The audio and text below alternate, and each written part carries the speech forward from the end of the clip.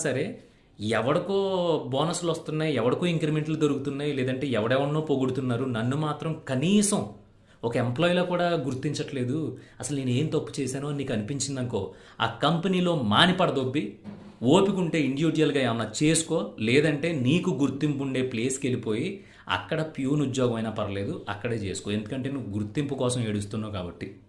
ఇలా మనకి సెట్ అవ్వని ప్రతి ప్రదేశాన్ని వదిలేసినప్పుడే మనం హ్యాపీగా ఉంటాం. ఎందుకంటే ఇక్కడ ఎవడి సంతోషం ఆడి చేతుల్లోనే ఉంది.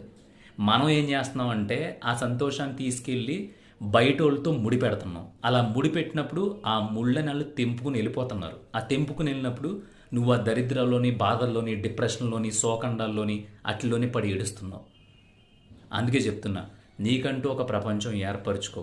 దాంట్లో ఎవరికి సంజాయిషీలు చెప్పాల్సిన అవసరం లేదు, సారీలు చెప్పాల్సిన అవసరం లేదు, నీ గురించి నేను ఇది అని ప్రూవ్ చేసుకోవాల్సిన అవసరం ఉండదు. ఎవరు